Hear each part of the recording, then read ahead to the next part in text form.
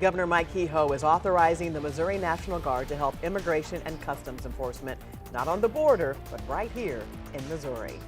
Missouri National Guard members will report to work at ICE facilities starting tomorrow. Thanks so much for joining us. I'm Kelly Jackson. Ann Allred has the night off. And I'm Mike Bush. 15 Guard members will begin a year-long mission to do clerical and logistical work starting tomorrow. And our political editor, Mark Maxwell, reports on what's confirmed and what's still unclear. Mark. Those 15 members of the Missouri National Guard may be a small slice of the state's 12,000 fighting force of the military members of that National Guard, but it's still raising big questions. Even though the federal government is paying for this, it raises questions about the priorities, the precedent, and the police powers in the city of St. Louis. Here's what we know so far.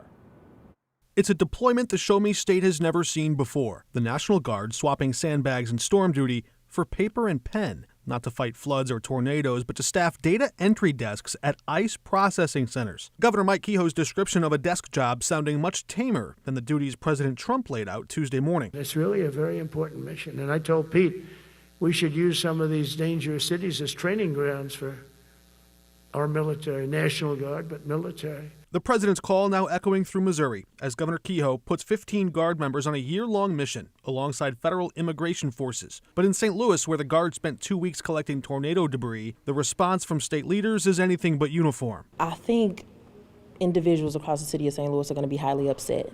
House Democrat Kimberly Ann Collins saw severe tornado damage devastate her neighborhood and questioned Mayor Kara Spencer about those recovery efforts in a hearing Tuesday morning. Are you satisfied with National Guard and what they did? And do you believe on record that the National Guard could do better with assisting in recovery efforts versus assisting with ICE?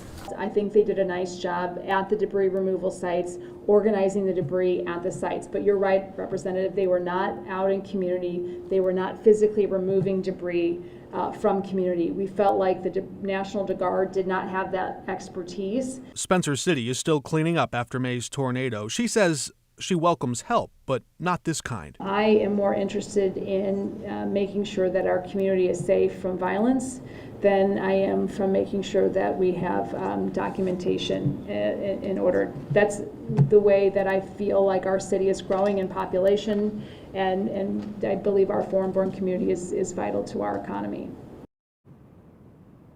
And one other big question, if the governor describes this deployment mission as clerical and administrative, then will soldiers show up with assault rifles, for example, slung over their shoulders to do that paperwork job? Will we see them in city streets? That much remains to be seen.